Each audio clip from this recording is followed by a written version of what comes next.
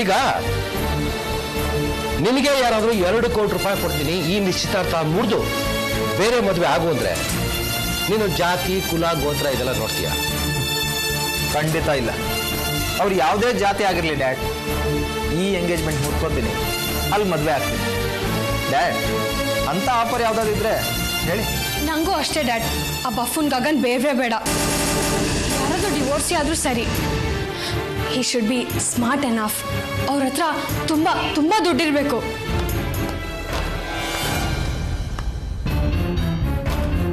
ನೋಡಿದ್ಯಾ, ಇದೇ ಮಾತನ್ನ ನೀನು ಗಗನ್ಗಾಗ್ಲಿ ಅಥವಾ ಮಂದಾರಂಗಾಗ್ಲಿ ನೀನು ಜಾತಿ ಬಿಟ್ಟು ಜಾತಿನಲ್ಲಿ ಮದುವೆ ಆಗು ಅಂತ ಹೇಳಿ ನೋಡು.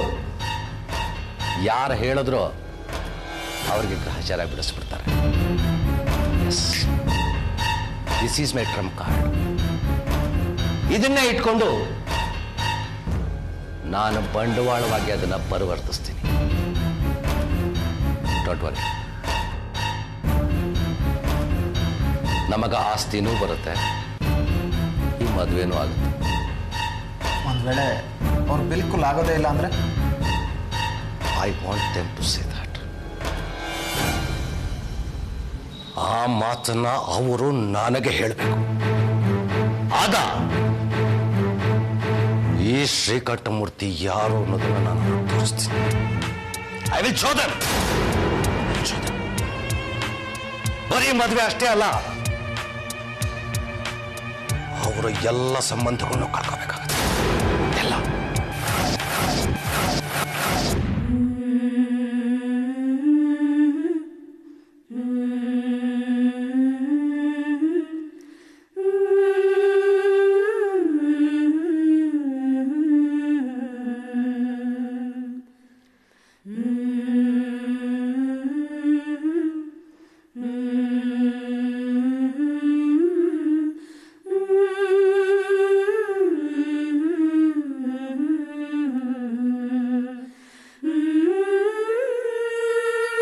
ರೀ, ಯಾಕ್ರಿ ಈಗ ಕೂತ್ಕೊಂಡ್ಬಿಟ್ರಿ?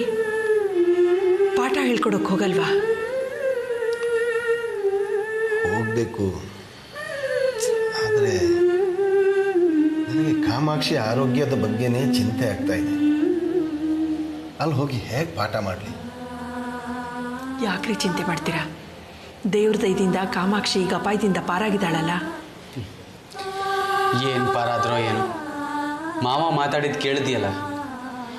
ಇನ್ನು ಮುಂದೆ ಅತ್ತೆ ಆ ಮನೇಲಿ ಶಾಂತಿ ನೆಮ್ಮದಿಯಿಂದ ಇರ್ತಾರೆ ಅನ್ನೋ ನಂಬಿಕೆ ನಿಂಗೆ ಇದೆಯಮ್ಮ? ನನಗೂ ಅದೇ ಯೋಚನೆ ಆಗ್ತಾ ಇದೆ. ರಾಜೇಶ್ವರಿ, ಒಂದು ಕೆಲಸ ಮಾಡೋಣ. ವಾತಾವರಣ ತಿಳಿ ಆಗೋವರೆಗೂ 1 ವಾರದ ಮಟ್ಟಿಗೆ ಕಾಮಾಕ್ಷಿನ ನಮ್ಮನೇಲೆ ತಂದು ಇಟ್ಕೊಳ್ಳೋಣ. ನನಗೂ ಸರಿ ಅನಿಸ್ತಾ ಇದೆಯಪ್ಪ. ಬೇಡ ರೀ, ಅದರಿಂದ ವಾತಾವರಣ ಇನ್ನೂ ಹದಗೆಡತ್ತೆ. ನೋಡ್ದ್ಯಾ, ಗಂಡ ಮಕ್ಕಳಿಗಿಂತ ಅಣ್ಣ ಅತ್ತಿಗೆನೇ ಹೆಚ್ಚಾಗಿ ಹೋದ್ರ ಅಂತ ಅವ್ರ ಮನಸ್ಸಲ್ಲಿ ಕಹಿ ಜಾಸ್ತಿ ಆಗತ್ತೆ. ಅವ್ರು 3 ಜನನೇ ಒಂದು ಗುಂಪಾಗ್ಬಿಡ್ತಾರೆ. ನೀನು ಹೇಳೋದು ಸರಿನೇ ರೀ. ನೀವು ಸುಮ್ಮನೆ ತಲೆ ಕೆಡಿಸ್ಕೋಬಿಡಿ. ಹೇಗೋ ಮದುವೆಗಳಾಗ್ತವೆ, ಆಮೇಲೆ ಮಂದಾರ ಆ ಮನೆ ಸೇರ್ತಾಳೆ, ಕಾಮಾಕ್ಷಿಗೆ ಜೊತೆ ಆಗ್ತಾಳೆ. ನಿಧಾನವಾಗಿ ಧೀರಜನ್ನು ಬದಲಾಯಿಸ್ತಾಳೆ. ದಾಮಿನಿ ಅಂತೂ ಅಲ್ಲಿರಲ್ವಲ್ಲ, ಈ ಮನೆಗೆ ಬರ್ತಾಳೆ. ಆಗ ಶ್ರೀಕಂಠಯ್ಯ ಹಣ್ಣಾಗ್ತಾರೆ, ನೋಡಿರಂತೆ. ನಿನ್ನ ಬಾಯಿಗೆ ಸಕ್ಕರೆ ಬೀಳಲಿ. ಎಲ್ಲ ನೀನು ಹೇಳ್ದಾಗೇನೆ ಆದರೆ ರಾಜೇಶ್ವರಿ, ಎಲ್ಲರ ಮನಸ್ಸಿಗೂ ನೆಮ್ಮದಿ.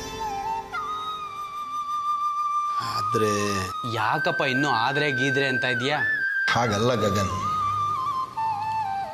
ಇಷ್ಟೆಲ್ಲ ಆದಮೇಲೆ ಈ ಮದುವೆಗಳು ನಡೆಯುತ್ತೆ ಅಂತ ನಿನಗೆ ಅನ್ಸತ್ತಾ? ಯಾಕೆ ಡೌಟಾ?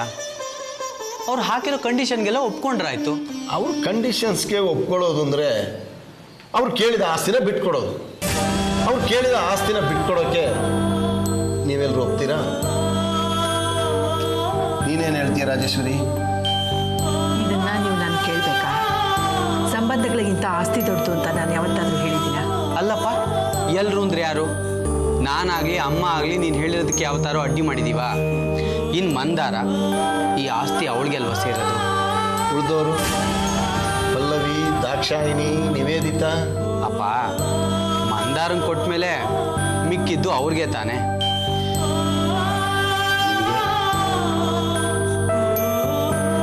ನಿನ್ಗೇನು ಉಳಿಸೋದು ಬೇಡ. ನಿನಗೆ ಹೇಳ್ಕೊಳ್ಳುವಂಥ ವಿದ್ಯಾಭ್ಯಾಸನೂ ಇಲ್ಲ, ಒಳ್ಳೆ ಉದ್ಯೋಗನೂ ಇಲ್ಲ. ಮುಂದಿನ ಜೀವನಕ್ಕೆ ಏನು ಮಾಡ್ತೀಯ? ಆದರೆ ನೀವು ಕೊಟ್ಟಿರೋ ಒಳ್ಳೆ ಸಂಸ್ಕಾರ ಇದೆ. ನನ್ನ ಪ್ರಕಾರ ಮಕ್ಳಿಗೆ ಆಸ್ತಿ ಮಾಡಿಡೋದು ಅಂದರೆ ಅವ್ರ ಸಾಮರ್ಥ್ಯದ ಬಗ್ಗೆ ನಂಬಿಕೆ ಇಲ್ಲ, ಹಾಗಾಗಿ ಎಲ್ಲನೂ ನಾವೇ ಮಾಡಿಡಬೇಕು ಅನ್ನೋ ತಪ್ಪು ಕಲ್ಪನೆ. ಗಾದೆ ಮಾತು ಕೇಳಿಲ್ವಪ್ಪ, ಹಸು ತಾನು ಹೋಗ್ತಾ ಕರು ಹುಲ್ಲಿನ ಮೇಲೇನೆ ಬಿಟ್ಟು ಹೋಗಲ್ಲ ಅಂತ. ನನ್ನ ಸಾಮರ್ಥ್ಯದ ಬಗ್ಗೆ ನನಗೆ ನಂಬಿಕೆ ಇದೆ. ನನ್ನ ಬಗ್ಗೆ ನೀವೇನು ಯೋಚನೆ ಮಾಡಬೇಡಿ. ನೀವು ಏನು ಕೊಡಬೇಕು ಅಂದ್ಕೊಂಡಿದ್ದೀರೋ ಅದನ್ನು ನಿರಾಳವಾಗಿ ಕೊಡಿ, ನಂದೇನೂ ಅಭ್ಯಂತರ ಇಲ್ಲ. ರೀ, ಗಗನ್ ಹೇಳ್ತಿರೋದು ಸರಿನೇ ಅಲ್ವಾ? ಇಷ್ಟಕ್ಕೂ ನಾವು ಯಾರಿಗೆ ಕೊಡ್ತಿದ್ದೀವಿ? ನಮ್ಮ ಕಾಮಾಕ್ಷಿ ಮಗನಿಗೇನೆ ತಾನೇ. ಮಂದಾರ ಈ ಮನೆ ಮಗಳಾದ್ರೆ ಕಾಮಾಕ್ಷಿ ನಿಮ್ಮ ತಂಗಿ, ಅವಳು ಈ ಮನೆ ಹೆಣ್ಮಗಳೇ ಅಲ್ವಾ? ಅವಳು ನೆಮ್ಮದಿಯಾಗಿದ್ರೆ ತಾನೇ ನಾವು ಸಂತೋಷವಾಗಿರಕ್ಕೆ ಸಾಧ್ಯ. ಅಬ್ಬಾ, ಈಗ ನನ್ನ ಮನಸ್ಸಿಗೆ ತುಂಬ ಸಂತೋಷ ಆಗ್ತಾ ಇದೆ, ನಿರಾಳ ಆಗ್ತಾ ಇದೆ. ಪರಿಸ್ಥಿತಿಯ ಒತ್ತಡಕ್ಕೊಳಗಾಗಿ ನನ್ನ ಮಾತಿಗೆ ಕಟ್ಟು ಬಿದ್ದು ನೀವೆಲ್ಲ ಮನಸ್ಸಿಲ್ಲದ ಮನಸ್ಸಿನಿಂದ ಒಪ್ಪಿಗೆ ಕೊಡ್ತಾ ಇದ್ದೀರೇನೋ ಅಂತ ಅಂದ್ಕೊಂಡಿದ್ದೆ. ಆದರೆ ನೀವೆಲ್ಲ ಈಗ ಬಿಚ್ಚು ಮನಸ್ಸಿಂದ ಒಪ್ಕೊಳ್ತಾ ಇದ್ದೀರಲ್ಲ, ಈಗ ನನಗೆ ತುಂಬ ತುಂಬ ಸಂತೋಷ ಆಗ್ತಾ ಇದೆ. ರಾಜೇಶ್ವರಿ, ಈ ವಿಷಯನ ನಾನು ಶ್ರೀಕಂಠನಿಗೆ ತಿಳಿಸ್ತೀನಿ. ಅಪ್ಪ, ಈಗೆಲ್ಲ ಸರಿ ಹೋಯ್ತಲ್ಲ, ಇನ್ನು ಮುಂದೆ ನೀವು ಮೊದಲು ಹಾಗೆ ಲವಲವಿಕೆಯಿಂದ ಇರಿ. ನೀವು ಯೋಚನೆ ಮಾಡ್ತಾ ಕೂತ್ಕೊಂಡ್ಬಿಟ್ರೆ ನಮ್ಗೆ ಯಾರಿಗೂ ಕೈ ಕಾಲೇ ಆಡಲ್ಲ. ನೋಡಿ, ನೀವು ಕೇಳೇ ಇಲ್ವಾ, ಕಲ್ಲಾಗು ಕಷ್ಟಗಳ ಮಳೆ ಸುರಿಯೇ, ಎದುರಿಸ್ಬೇಕು. ಕೇಳಿಸ್ಕೊಂಡ್ರಲ್ಲ ಅವ್ನು ಹೇಳಿದ್ದು? ನೀವು ವಾಕಿಂಗ್ ಹೋಗಿ 4 ದಿವಸ ಆಯಿತು, ನೆನಪಿದೆಯಾ ನಿಮಗೆ? ರಾಜೇಶ್ವರಿ, ನಾಳೆಯಿಂದ ಯಾಕೆ, ಈಗಿಂದಲೇ ನಾನು ಮೊದಲು ಹಾಗೆ ಆಗಿಬಿಡ್ತೀನಿ. ಆದರೆ ಒಂದು ಲೋಟ ಬಿಸಿ ಕಾಫಿ ಕುಡಿದು ಬಿಟ್ಟು ಪಾಠ ಹೇಳ್ಕೊಡೋದು. ಅಮ್ಮ, ನನಗೂ ಒಂದು ಲೋಟ. ನಿನಗೆ ಕೊಡಲ್ಲ ಅಂತೀನೇನ, ಇರ್ತಾರೆ.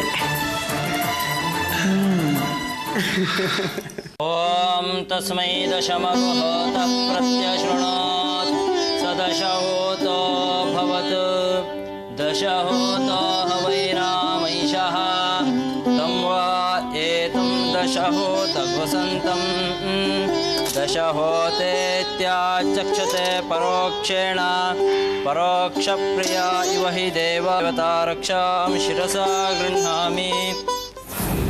ಏನು ಶ್ರೀಕಂಠು, ಏನೋ ಮಾತುಕತೆ ಆಡೋದಿದೆಯಂದಿಯಲ್ಲ, ಮನೆಗೆ ಬರ್ಬೋದಾಗಿತ್ತಲ್ಲ. ಏನಪ್ಪ, ದೇವಸ್ಥಾನಕ್ಕೆ ಬಂದು ತಪ್ಪಾಯ್ತೇನಾ? ನಾನು ಹಾಗನ್ನ ಮಾತುಕತೆ ಆಡೋದಕ್ಕೆ ಮನೆಗೆ ಬರ್ಬೋದಾಗಿತ್ತು. ಪೂಜೆ ಅಂದರೆ ದೇವಸ್ಥಾನನೇ ಸರಿ. ಆ ನೆಪದಲ್ಲಿ ನಮ್ಮೆಲ್ಲರ ಹೆಸರಿನಲ್ಲಿ ಕುಂಕುಮಾರ್ಚನೆ, ಅಷ್ಟೋತ್ತರ ಎಲ್ಲ ಆಯಿತು. ಇನ್ನು ಮುಂದಿನ ಮಾತು ಸುಸೂತ್ರವಾಗಿ ನಡೀಲಿ. ಮಾವ, ಅದು ಮುಂದೆ ನಿಮ್ಮಲ್ಲಿ ಅಸಮಾಧಾನಗಳು ಬರಬಾರ್ದಲ್ಲ, ಅದಕ್ಕೆ. ಧೀರಜ್, ಮಾತಾಡೋಕ್ಕೆ ಅಂತ ನಾನು ಬಂದಿದ್ದೀನಲ್ಲ. ಏನಪ್ಪ, ಮಾತಾಡ್ಬೋದಾ? ಮಾತಾಡಪ್ಪ. ಇವತ್ತಿನ ದಿನ ಎರಡೂ ಕುಟುಂಬದವ್ರು ಒಟ್ಟಿಗೆ ಸೇರಿದ್ದು ಒಳ್ಳೆಯದೇ ಆಯಿತು. ಅದಕ್ಕಿಂತ ಮುಖ್ಯವಾಗಿ ನಿಮ್ಮ ಕುಟುಂಬದ ಎಲ್ಲರೂ ಇವತ್ತಿಲ್ಲಿ ಇರಲೇಬೇಕಾಗಿತ್ತು. ಯಾಕೆಂದರೆ ಇವತ್ತು ಕೆಲವು ವಿಚಾರಗಳ ನಿರ್ಧಾರ ಮಾಡ್ಕೋಬೇಕಾಗಿದೆ. ಮಾವ, ಅದ್ರ ಬಗ್ಗೆ ನಿಮ್ಗೆ ಯಾವ ಅನುಮಾನನೂ ಬೇಡ. ನಮ್ಮನೇಲಿ ನಮ್ಮ ಅಪ್ಪನ ಮಾತೆ ಫೈನಲ್. ಯಾಕೆಂದರೆ ನಮ್ಮೆಲ್ಲರ ಭವಿಷ್ಯ ಅವ್ರ ಕೈಲಿ ಸುಭದ್ರವಾಗಿದೆ ಅಂತ ನಮಗೆ ಗೊತ್ತು. Very nice. ನಾನು ಅಷ್ಟೇ, ನನ್ನ ಮಕ್ಕಳ ಹಿತರಕ್ಷಣೆನ ಮನಸ್ಸಲ್ಲಿಟ್ಕೊಂಡೆ ನಾನು ಮಾತಾಡೋದು. ಈ ವಿಚಾರನ ನಾವು ಎಂಗೇಜ್ಮೆಂಟಿಗೆ ಮುಂಚೆನೇ ಮಾಡ್ಕೋಬೇಕಾಗಿತ್ತು. ಕಾಲ ಕೊಟ್ಟು ಬರಲಿಲ್ಲ, ಪರಿಸ್ಥಿತಿ ಆ ಥರ ಒದಗಿ ಬಂತು, ಎಂಗೇಜ್ಮೆಂಟು ಆಯಿತು. ಆಯಿತು ಬಿಡಿ ಮಾವ, ಈಗ ಯಾಕೆ ಆ ಮಾತೆಲ್ಲ? ಅದೇನು ಹೇಳಬೇಕು ಅಂತಿದ್ದೀರೋ ಅದನ್ನು ಹೇಳಿಬಿಡಿ. ನೋಡ್ಬವ, ಈ ವಿಚಾರದಲ್ಲಿ ನಾನು ನಿಷ್ಠುರವಾದಿ, ನೇರವಾದಿ. ಎರಡೂ ಕುಟುಂಬಗಳು ಮದುವೆಯಲ್ಲಿ ಒಂದಾಗ್ತಾ ಇದ್ದೀವಿ ಅಂದಮೇಲೆ ಒಬ್ಬರ ಕಷ್ಟಕ್ಕೆ ಇನ್ನೊಬ್ಬರು ಸ್ಪಂದಿಸಬೇಕಾದ್ದು ಅವರ ಕರ್ತವ್ಯ ಅಂತ ನಾನು ಅನ್ಕೊಂಡಿದ್ದೀನಿ. ಏನಪ್ಪ ಶ್ರೀಕಂಠು, ನಮ್ಮಿಬ್ರು ಕುಟುಂಬ ಹೊಸದಾಗಿ ಸಂಬಂಧ ಮಾಡೋ ಹಾಗೆ ಮಾತಾಡ್ತಾ ಇದೀಯಾ? ಕಾಮಾಕ್ಷಿ ನನ್ನ ತಂಗಿ ಅಲ್ವಾ? ನೀನೇನು ನಮಗೆ ಬೇರೆ ಅವನ? ಅದು ಹಾಗಲ್ಲ. ಅದು ಆ ಕಾಲ, ಇದು ಈ ಕಾಲ. ನಮ್ಮ ಕಾಲದಲ್ಲಿ ಯಾವುದಾದ್ರೂ ಒಂದು ಕೆಲಸ ಹುಡುಕೊಂಡು ಒಂದು ಸಣ್ಣ ಮನೆ ಬಾಡಿಗೆಗೆ ತಗೊಂಡು ಅನ್ನ ಸಾರು ತಿಂದಿದ್ರು ನಮ್ಮ ಜೀವನ ನಡೆದು ಹೋಗ್ತಾ ಇತ್ತು. ಅದಷ್ಟು ಸರಳವಾಗಿತ್ತು, ಸಹಜವಾಗಿತ್ತು. ಆದರೆ ಇವತ್ತಿನ ಪರಿಸ್ಥಿತಿ ಅವತ್ತಿಂದಲ್ಲ. ಅದು ಹಾಗೆ ಇದ್ದಿದ್ರೆ ಎಷ್ಟು ಚೆನ್ನಾಗಿರ್ತಿತ್ತಲ್ವ ಮಾವ? ಆದರೆ ಅದೀಗ ಹಾಗಿಲ್ವಲ್ಲ. ಹಾಗಂತ ನಾವು ಅದನ್ನು ನೋಡಲ್ಲ ಅಂತ ಕಣ್ಮುಚ್ಕೊಂಡು ಕೂತ್ಕೊಳ್ಳೋಕ್ಕೂ ಸಾಧ್ಯ ಇಲ್ವಲ್ಲ. ಅಂದ್ರೆ ಆ ಜೀವನ ಬೇಡ, ಬೇರೆ ಏನೋ ಬೇಕು ಅಂತಾನ? ನನಗೆ ನಿನಗೆ ಅದು ಬೇಡವಾಗಿರ್ಬೋದು, ಅಥವಾ ಇರೋದೇ ಸಾಕು ಅನ್ನಿಸ್ಬೋದು. ಆದರೆ ನಮ್ಮ ಮಕ್ಕಳಿಗೆ ಅಷ್ಟೇ ಸಾಲಲ್ಲ. ಅವ್ರಿಗೆ ಸುಖ ಬೇಕು, ಸಂತೋಷ ಬೇಕು, ವೈಭವ ಬೇಕು, ಓಡಾಡೋದಕ್ಕೆ ಒಂದೊಂದು ಗಾಡಿ ಬೇಕು, ಗ್ರ್ಯಾಂಡ್ ಆಗಿರೋ ಮನೆ ಬೇಕು, ಸಪ್ರೇಟ್ ವಾರ್ಡ್ರೋಬ್ ಇರಬೇಕು, ಮನೆಯಲ್ಲಿ ಹೋಮ್ ಥಿಯೇಟರ್ ಇರಬೇಕು. ಇದಕ್ಕೆಲ್ಲ ಆಸೆ ಪಡೋದು ಸಹಜ. ಅದಕ್ಕೆ ಬರೀ ಕೈ ತುಂಬ ಹಣ ಅಷ್ಟೇ ಅಲ್ಲ, ಬ್ಯಾಂಕಲ್ಲಿ ಅವರ ಬ್ಯಾಂಕ್ ಬ್ಯಾಲೆನ್ಸ್ ಕೂಡ ತುಂಬಾ ಜಾಸ್ತಿ. ಬ್ಯಾಂಕ್ ಅಕೌಂಟ್ ತುಂಬ ಹಣ ಇದ್ರೆ ಜೀವನ ಸುಖವಾಗಿರತ್ತ ಶ್ರೀಕಂಠು? ಹಣ ಇಲ್ದಿರೋನು ಸುಖವಾಗಿರ್ಬೋದಾ? ಅವ ನನಗನ್ನಿಸ್ತಾ ಇದೆ ನಿನ್ನ ಪ್ರಶ್ನೆನೇ ಇರಲ್ಲಬೇಕು. ಸರಿಯಪ್ಪ, ನೀನೇ ಹೇಳು. ಹಾಗೆ ಹೇಳು. ಅವ ಧೀರಜ್ ಅಮೆರಿಕದಲ್ಲಿದ್ದ, ಕೈ ತುಂಬ ದುಡಿತಾ ಇದ್ದವರು. ದಾಮಿನಿನೂ ಅಷ್ಟೇ.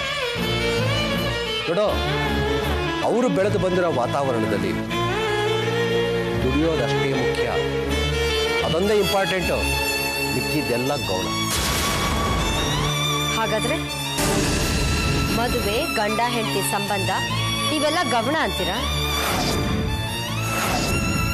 ಹಲೋ, ನಾನು ನಿಮ್ಮ ಅಪ್ಪ ಮಾತಾಡ್ತಾ ಇದ್ದೀವಿ. ತೆಪ್ಪಗೆ ಕೇಳೋದನ್ನು ಕಲ್ತ್ಕೊಳ್ಳಿ. ನಿಮಗೆ ಏನೇ ಹೇಳಬೇಕು ಅಂತಿದ್ರು ಆಮೇಲೆ. ಮಂದಾರ, ನಮಗೂ ಮಾತಾಡಕ್ ಬರುತ್ತೆ, ಆದ್ರೂ ಸುಮ್ಮನೆ ನಿಂತ್ಕೊಂಡಿದ್ವಾ? ನೀವು ಸ್ವಲ್ಪ ಸುಮ್ಮನಿರಿ, ಅವ್ರೇನು ಹೇಳ್ತಾರೋ ಕೇಳೋಣ. ಹೌದಪ್ಪ ಶ್ರೀಕಂಠು, ನೀನು ಏನು ಹೇಳಬೇಕು ಅದನ್ನು ಹೇಳು, ವಿಷಯಕ್ಕೆ ಬಾ. ಕಾಮಾಕ್ಷಿ ಯಾಕೆ ಹಾಗೆ ಮಾಡ್ಕೊಂಡು ಅಂತ ನಿಮಗೆ ಗೊತ್ತಲ್ಲ. ಪೂರ್ತಿ ವಿಷಯ ಗೊತ್ತಿಲ್ಲಪ್ಪ. ಅವಳಿಗೆ ಈ ಮದುವೆಗಳು ಇಷ್ಟ ಇಲ್ಲ ಅಂತ ಗೊತ್ತಾಯಿತು, ಅಷ್ಟು ಮಾತ್ರ ಗೊತ್ತು. ಅದು ಅವಳ ಮಿತಿ. ಅವಳಿಗೆ ನನ್ನ ಮೇಲೆ ಕೆಲವು ತಪ್ಪಭಿಪ್ರಾಯಗಳು ಶುರುವಾಗ್ಬಿಟ್ಟಿದೆ. ನಾನು ನನ್ನ ಮಕ್ಕಳ ಭವಿಷ್ಯದ ಬಗ್ಗೆ ಬಹಳ ಪ್ರಾಕ್ಟಿಕಲ್ ಆಗಿ ಯೋಚನೆ ಮಾಡಿದೆ. ಅವಳಿಗೆ ಸರಿ ಬರಲಿಲ್ಲ ಅಷ್ಟೇ. ಏನಪ್ಪ ನಿನ್ನ ಪ್ರಾಕ್ಟಿಕಲ್ ಯೋಚನೆ? ಈಗ ಧೀರಜು ಮತ್ತು ದಾಮಿನಿ ಇವರಿಬ್ಬರು ಸೇರ್ಕೊಂಡು ಒಂದು ದೊಡ್ಡ ಪ್ರಾಜೆಕ್ಟ್ ರಿಪೋರ್ಟ್ ಮಾಡಿದ್ದಾರೆ. ಅದರ ಪ್ರಕಾರ ಅವರು ಒಂದು ದೊಡ್ಡ ಫ್ಯಾಕ್ಟ್ರಿನ ಶುರು ಮಾಡಬೇಕು ಅಂತ ಆಸೆ ಅವ್ರಿಗೆ. ಸದ್ಯದಲ್ಲಿ ಅವರಿಬ್ಬರೇ ಪಾರ್ಟ್ನರ್ಸ್ ಆಗಿರ್ತಾರೆ. ಮುಂದೆ ಅದನ್ನು ಲಿಮಿಟೆಡ್ ಕಂಪನಿ ಮಾಡಿ ಪಬ್ಲಿಕ್ಕಿಂದ ಶೇರ್ಸ್ನ ಕಾಲ್ಫರ್ ಮಾಡ್ತಾರೆ. ಇದು ತಪ್ಪ? ಛೆ, ಅದು ಹೇಗೆ ತಪ್ಪಾಗತ್ತೆ ಶ್ರೀಕಂಠು? ಅವರು ಬದುಕೋ ರೀತಿನ ಅವರು ಆರಿಸ್ಕೊಂಡಿದ್ದಾರೆ ಅಷ್ಟೇ. ಹೌದು ತಾನೆ? ಈಗ ಅಷ್ಟು ದೊಡ್ಡ ಪ್ರಾಜೆಕ್ಟ್ ಮಾಡಬೇಕು ಅಂದರೆ ನಮ್ಮ ಹತ್ರ ಸ್ವಲ್ಪ ಮೂಲಧನ ಅಂತ ಇರಬೇಕು. ಧೀರಜ್ ಹತ್ರ ಈಗ ಅಷ್ಟೊಂದು ಹಣ ಇಲ್ಲ. ಅದಕ್ಕೆ ನಾವು ಲೋನ್ ತಗೋಬೇಕು. ನಾವು ಲೋನ್ ತಗೊಳಕ್ಕೆ ಅಂತ ಹೋದರೆ ಫ್ಯಾಕ್ಟ್ರಿ ಶೆಡ್ ಕಟ್ಟೋದಕ್ಕೆ ಜಾಗ ಕೇಳ್ತಾರೆ. ಜಾಗ ತೋರಿಸು, ಜೊತೆಗೆ ಸೆಕ್ಯೂರಿಟಿನೂ ಕೇಳ್ತಾರೆ. ಬ್ಯಾಂಕ್ನವರು ಲೋನ್ ಕೊಡಬೇಕಾದ್ರೆ ಇದೆಲ್ಲ ಕೇಳೋದು ಸಹಜ ತಾನೆ. ಅದಕ್ಕೆ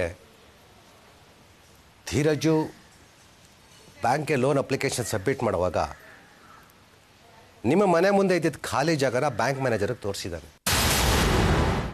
ಈಗ ಅವರು ಆ ಜಾಗನ ಇವನ ಹೆಸರು ರಿಜಿಸ್ಟರ್ ಮಾಡಿಸ್ಕೊಂಡು ಆ ಡಾಕ್ಯುಮೆಂಟ್ ತಗೊಂಬಂದು ತೋರಿಸಿ ಲೋನ್ ತಗೊಂಡು ಹೇಳ್ತಾರೆ.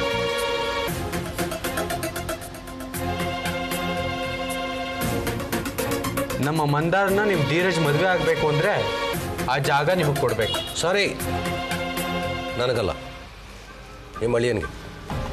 ಓ, ಅಂದರೆ ಮದುವೆಗೆ ಮುಂಚೆನೇ ಇದಾಗಬೇಕು ಅನ್ನೋದು ನಿಮ್ಮ ಕಂಡೀಷನ್. ನೀನು ಹಾಗಂತ ತಿಳ್ಕೊಂಡ್ರೆ ನಂದೇನು ಅಭ್ಯಂತರ ಇಲ್ಲ. You can take it as condition. More then everything ಅಪ್ಪನ ಆಸ್ತಿ ಮಕ್ಕಳಿಗೆ ಹೋಗೋದು, ಹೌದಾನೆ? ಅದರಲ್ಲಿ ಮಂದಾರಂದು ಒಂದು ಪಾಲಿದೆಯಲ್ಲ. ಈಗ ಹೆಣ್ಣು ಮಕ್ಕಳಿಗೂ ಆಸ್ತಿನಲ್ಲಿ ಪಾಲಿದೆ ಅನ್ನೋದು ಕಾನೂನಿದೆ. ಇಷ್ಟಕ್ಕೂ ಧೀರಜ್ ಕೇಳ್ತಾ ಇರೋದೇನು? ಯಾವತ್ತೋ ಕೊಡಬೇಕಾಗಿರೋದನ್ನ ಇವತ್ತೇ ಕೊಡಿ, ನಾನು ಆರ್ಥಿಕವಾಗಿ ಬೆಳಿತೀನಿ, ಅದರ ಮೂಲಕ ನಿಮ್ಮ ಮಗಳು ಸುಖವಾಗಿರ್ತಾಳೆ ಅಂತಾನೆ ಅವನು ಆಸೆ ಪಡ್ತಾ ಇರೋದು. ಅಂದ್ರೆ ಅದನ್ನ ಕೊಡದೆ ಹೋದ್ರೆ ನಮ್ಮ ಮಗಳು ಸುಖವಾಗಿರಲ್ಲ ಅಂತಾನ ನೀವು ಹೇಳೋದು? ಆ ಪ್ರಶ್ನೆನೇ ಇಲ್ಲ. ಯಾಕೆಂದರೆ ಜಾಗದ ವಿಷಯ ಡಿಸೈಡ್ ಆಗೋವರೆಗೂ ಮದುವೆ ಸಾಧ್ಯ ಇಲ್ಲ. ಆದ್ರೆ ಲಗ್ನ ಪತ್ರಿಕೆ ಶಾಸ್ತ್ರ ಆಗೋಗಿದೆಯಲ್ಲ. ಅದ್ರ ಬಗ್ಗೆ ನಾವು ತಲೆ ಕೆಡಿಸ್ಕೊಳ್ಳೋ ಅವಶ್ಯಕತೆ ಇಲ್ಲ. ತಲೆ ಕೆಡಿಸ್ಕೋಬೇಕಾದ್ರೆ ನೀವು. ರಾಜೇಶ್ವರಿ, ಈ ವಿಷಯನ ಜಾಸ್ತಿ ಕೆತ್ಕೋದು ಬೇಡ. ಅವ್ರಿಗೆ ಆ ಜಾಗ ಬೇಕು. ಹೌದು, ಎಷ್ಟು ಮಾತಾಡಿದ್ರು ಅಷ್ಟೇ. ಆಯ್ತಪ್ಪ ಶ್ರೀಕಂಠ, ಕೊಡ್ತೀನಿ. ಹಾಗಂದ ಮಾತ್ರಕ್ಕೆ ಆಗಲ್ಲ ಭಾವ. ನೀವು ಅಂದ ಮೇಲೆ ಪೇಪರ್ಸ್ನ ರೆಡಿ ಮಾಡಬೇಕು. ನಿಮ್ಮ ಮಕ್ಕಳೆಲ್ಲ ಬಂದು ಸೈನ್ ಹಾಕಬೇಕು. ರಿಜಿಸ್ಟ್ರೇಷನ್ ಯಾವಾಗ ಇಟ್ಕೊಳ್ಳೋಣ? 1 ನಿಮಿಷ. ಆ ಜಾಗ ನಿಮಗೆ ಬೇಕೇ ಬೇಕು ಅಲ್ವಾ? ಹೌದಮ್ಮ, ಆಗಲೇ ಹೇಳಿದ್ನಲ್ಲ, ಈ ಜಾಗ ಬೇಕಾಗಿರೋದು ನನಗಲ್ಲ, ನಿನ್ನ ಭಾವನೆ. ನಿಮ್ಮ ಮಗನ್ಗೆ ಜಾಗ ಬೇಕೋ ಅಥವಾ ನಮ್ಮ ಅಕ್ಕ ಮಂದಾರ ಬೇಕೋ? ಏನಮ್ಮ ನೀವು ಮಾತಾಡ್ತಿರೋದು? ನಿಮ್ಮ ಅಕ್ಕನ ಅವ್ನು ಮದುವೆ ಆಗ್ತಾ ಇದ್ದಾನಲ್ಲ. ಆದರೆ ಒಂದು ಮಾತು, ಆ ಜಾಗ ಬೇಕಾದರೆ ಅಪ್ಪ ನಿಮಗೆ ರಿಜಿಸ್ಟರ್ ಮಾಡಿಕೊಡ್ತಾರೆ. ಆದರೆ ಮಂದಾರನ್ ಮಾತ್ರ ನಿಮ್ಮ ಮಗನ ಕೊಟ್ಟು ಮದುವೆ ಮಾಡಲ್ಲ. ಈ ಮದುವೆ ಆಗಲ್ಲ.